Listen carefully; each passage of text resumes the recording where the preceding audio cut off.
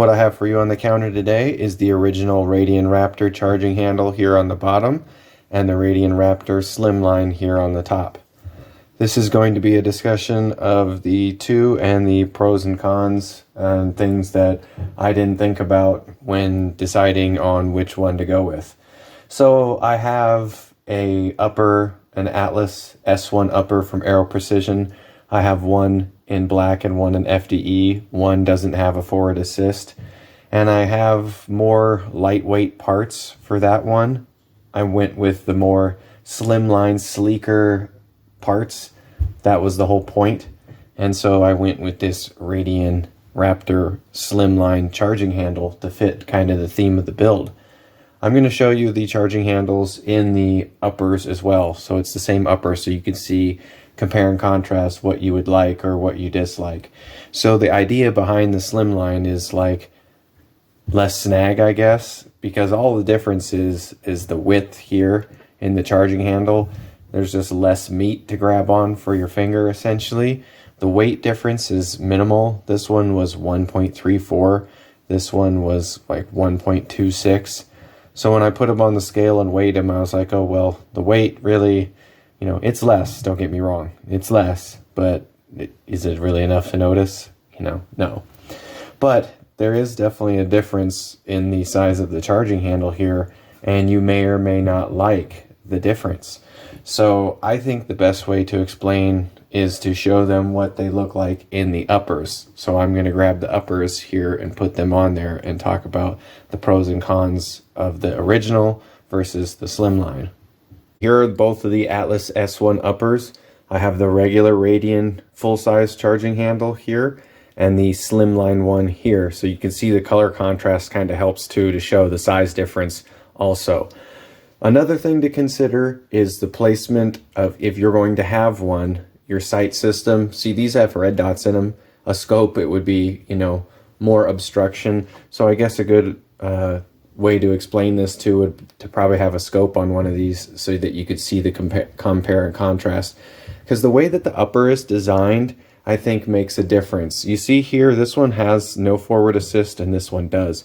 So it affects the distance here and the amount of space that you have for your finger. Obviously your right finger is what I'm talking about here. Most people are going to be a right-handed user for these, right? Even though I'm not. It's kind of funny, but that's why they're ambidextrous, for use both hands one at a time. Either one, doesn't matter. So the forward assist here changes the dynamic. So I want to have the wider one here because this forward assist here gives me less space. So if I have the smaller one here and the one with the forward assist, it's going to give me less. And with my sight here, I had literally like, this is in the way, and then here, like I have this little space just to put my finger. So if this wasn't here and it was further forward, it wouldn't be that big of a deal. But I want the line of sight and I want the red dot as far forward because it doesn't have a full pick rail. It only has a little bit of section. So on the front and the rear. So I want the sight distance, so I want this back here. I don't want it further forward. So it kind of affects, so on this one here, because that's how I like the iron sight to be, way back here.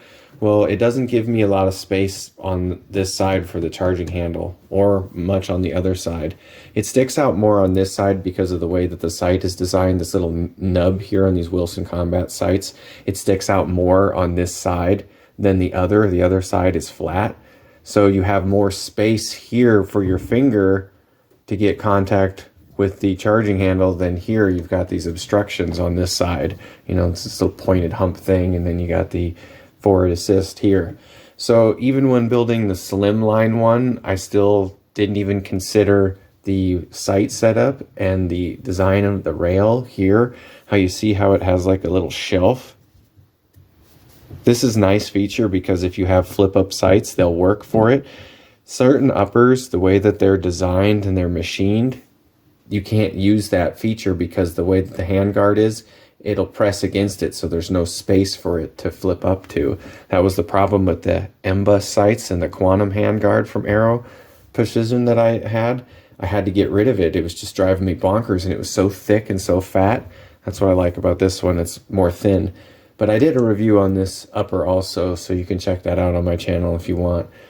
But back to the charging handles. So I think that, you know, the difference is not an advantage overall. Yeah, it's a little bit slimmer line, but really with the way that the upper is designed and the way that I like my sights set up, that it really isn't that great. So I have this charging handle that's, you know, it's serviceable, but I'd rather have the full size one. I'm not really concerned about the snagging.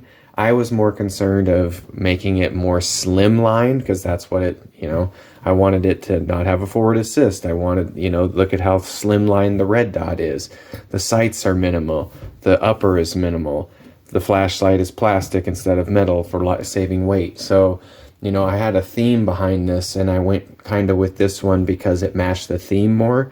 But realistically, when I started using it, I was like, well, the way I liked my sight set up, and, you know, if it had a forward assist, well, then it would be kind of, you know, it wouldn't be that useful at all, because I'd have the forward assist sticking out and I'd only have this little space to put my finger on this side. And so since I use it left-handed, I'm going to use my right hand on this side for the charging handle. That's how I do it. So that's just my 2 cents on whether to decide to go with a slim line or here. You should also consider how you set up your upper with the sights and what your sight system's going to be, and then look at your upper and see if it has like a shelf, if it's flat here, and then you can clearly see like a shelf, you see, so you can clearly see like an 1/8 of an inch or less of material there. That's the top of the pick rail. And or if it's like curved and the upper touches the pick rail, you know, like pay attention to those little details. And then like, does it have a forward assist or not? And how you also, like, where you're going to put your sling. Like the sling doesn't have any problems for me here because I run it through the back and then all the way through the front. So on the back of the Magpul stock all the way to the front here. So it doesn't really affect anything in this area. But if you like, you know, the 1-point slings that, or the ones that go in the back here by your buffer tube underneath, might consider, you know, how that works into it too. But mainly because of the way that I like my sights. And then if I had a scope on here, that adds even more obstruction to it. So realistically, the slimline thing, kind of a gimmick in my opinion.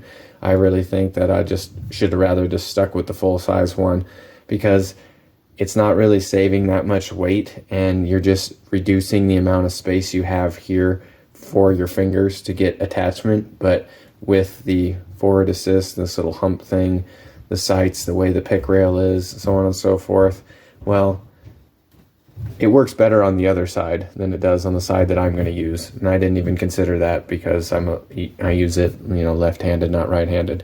So just some things to consider between the regular Radian Raptor and the Slimline. Thanks for watching this video. Please stay tuned for light content.